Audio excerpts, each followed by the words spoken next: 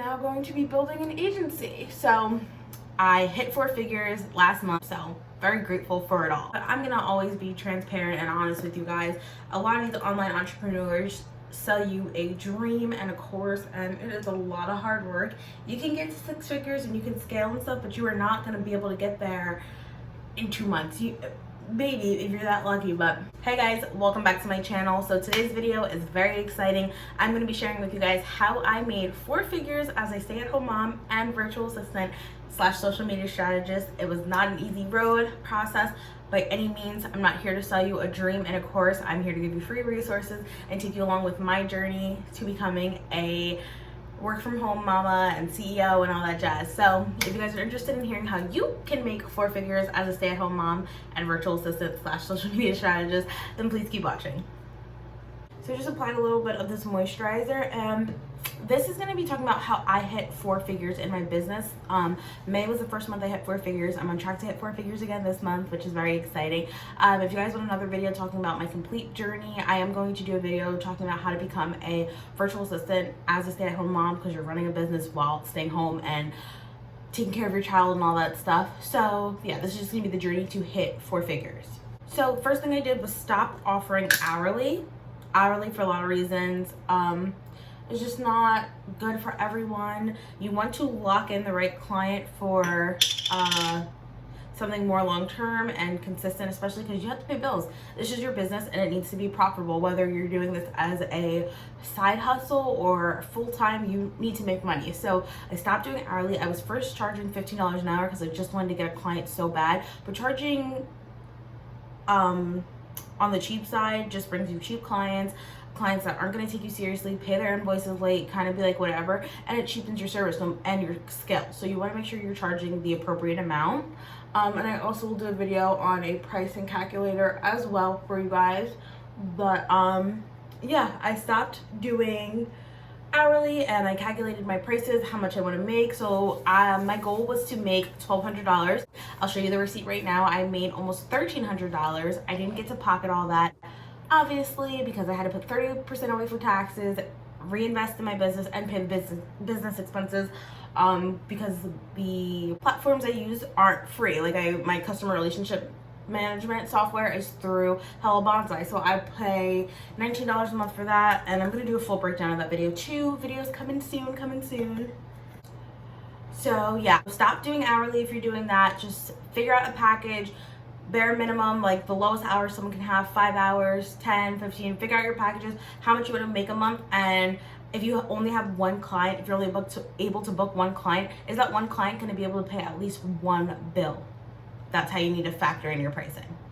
The second thing I did was learn a new skill. So I'm not only a basic general admin, I also do, I don't know if I can talk into my brows, but I also do social media strategy. So I did self-teach myself about marketing unintentionally, because I've been a freelance makeup artist since I was 19 years old. So I was on Instagram promoting, like didn't really know I was actually doing marketing and like the ins and outs of it. I was just trying to grow an Instagram following so I could become a well-known makeup artist and all that stuff. So I had the skill and I just transferred it over throughout the years, from when I was a freelance makeup artist to a licensed esthetician, everything. So I got a job last year at a marketing job last year. It did not work out, left after 3 months, but I took those skills and was able to start freelancing and get a client. So a new skill that I learned that I could go in my portfolio and work that I could show was Pinterest management and SEO. So now that is a service that I offer, and I niche down. I'm not doing Instagram anymore. I hate Instagram. I barely post on it anyway. So I do TikTok and Pinterest management and strategy, and yeah, I will help content creators and business owners, but those are the only 2 platforms I do. I do not mess with Instagram, and that's okay, because most businesses, they need TikTok experts, especially, you know, marketing has changed so much from when you first were required to have a degree, that now they're taking people without a degree. Like me, I got hired at that job because you can't keep up with social media. It's ever changing, literally updates every 3 to 4 days. So we are in just such an amazing time where you can be a successful niche marketer for an app. And that's what people are looking for. If you look on TikTok, if you look on LinkedIn, Indeed, Upwork, like there are people that are specifically looking for niche marketing experts, which is amazing. So yeah, I learned Pinterest. I did a 30-day case study with my current client because she's also a marketer and a content creator, so she kind of does her own strategy. But I was like, oh my gosh, I need to get some portfolio work so I can start getting actual marketing jobs and show that I do know what I'm talking about, and I can implement it for someone else. So I was just like, hey, I'll repurpose your Pinterest pins, especially because they are pushing idea pins, and I'm not a graphic designer, so she would make her own standard pins but just didn't have time. So I was like, let me start repurposing your TikToks on Pinterest. We did some idea pins. She went to 2K viewers a month. We had some conversions for her email list, so it was great. Perfect case study, and I put it in my portfolio. Sorry if the camera's different. I had to send a text, so I had to pick up my phone. But the third thing I do was start creating automations and making my process more seamless and cut out the back and forth, because entrepreneurs, they come to us because they're busy. They need us to manage their inbox because they're so busy. They don't have time to go fill out a form, then they have to go do something and book a link. I put it all in one website, because before, when I would do cold pitches, I'd be like, I would send my cold pitch, here's my website, fill out this Google form, then book your appointment here. So now on a free website I built on MailChimp myself, you go to the booking page, you fill out the form, and then it automatically lets you schedule a consultation. So it's all right there in the one window, and there's no back and forth and checking through emails. Did I do the process right? It just makes it all easier. So I've been getting a few bookings, and then also a few bonus tips is I focused on one platform specifically to first start growing, and that was TikTok. TikTok has been an amazing lead generator, and I wish I wasn't scared of it, because I first started trying to start my virtual assistant business last year because I wanted to stay home and I was working odd end jobs and all that stuff. So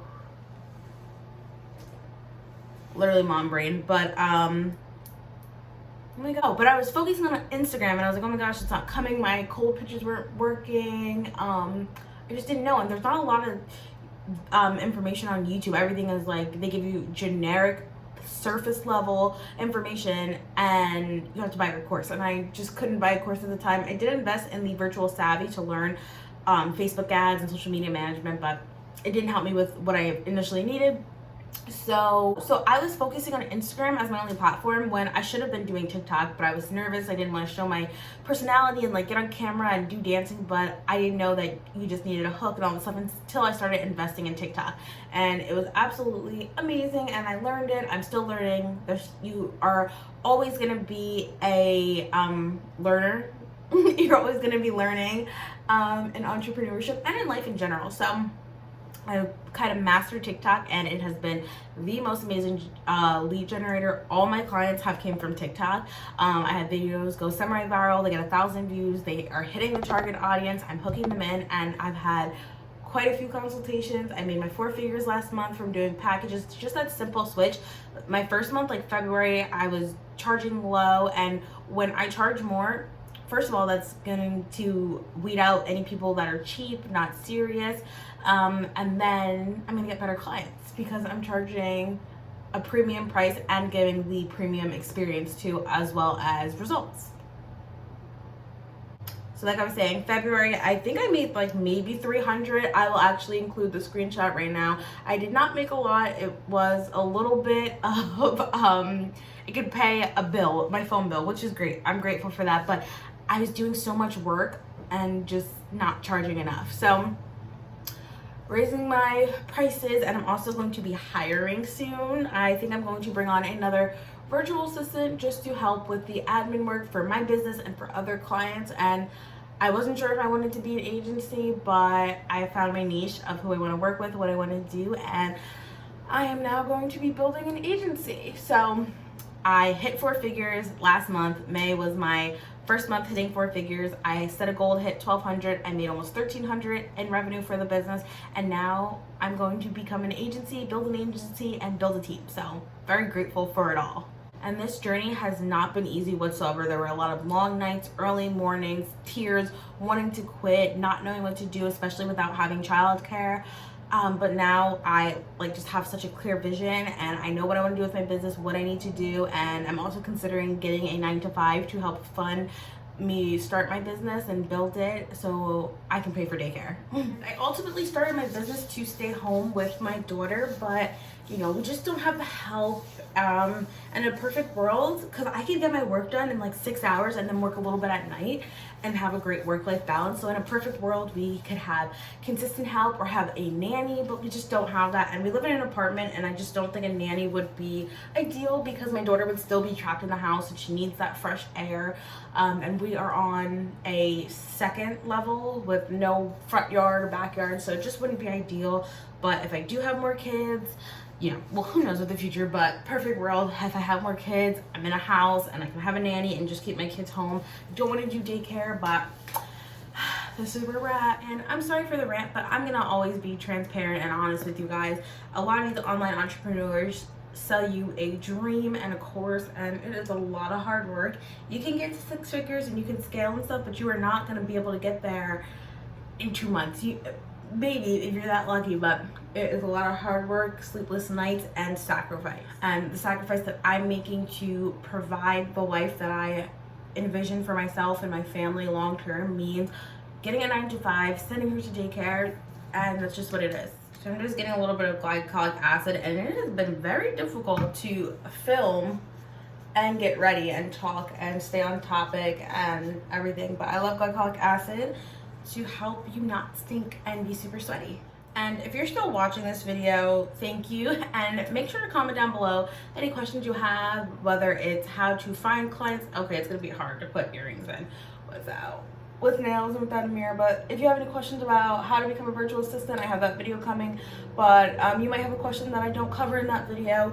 Yeah, where to find clients and all that stuff, let me know. I will be happy to answer. And once I hit 1,000 followers, well, 1,000 subscribers here and 1,000 followers on my Mama Breed TikTok, I will go live and talk about virtual assistants. So make sure you follow me and subscribe.